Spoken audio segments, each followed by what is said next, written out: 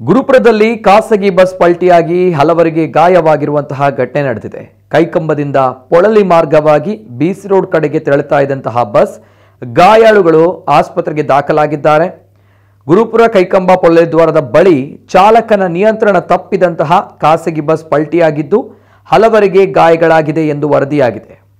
ಇದು ಅಪಾಯಕಾರಿಯಾಗಿರುವಂತಹ ತಿರುವು ಮುರುವು ರಸ್ತೆಯಾಗಿದ್ದು ಖಾಸಗಿ ಬಸ್ ಕೈಕಂಬದಿಂದ ಪೊಳಲಿ ಮಾರ್ಗವಾಗಿ ಬಿಸಿ ರೋಡ್ಗೆ ತೆರಳುತ್ತಾ ಇತ್ತು. ಈ ಸಂದರ್ಭ ಚಾಲಕನ ನಿಯಂತ್ರಣ ತಪ್ಪಿ ಬಸ್ ಪಲ್ಟಿಯಾಗಿದೆ. ಗಾಯಾಳುಗಳನ್ನು ಆಸ್ಪತ್ರೆಗೆ ಕರೆದೊಯ್ಯಲಾಗಿದೆ ಎಂದು ತಿಳಿದು ಬಂದಿದೆ.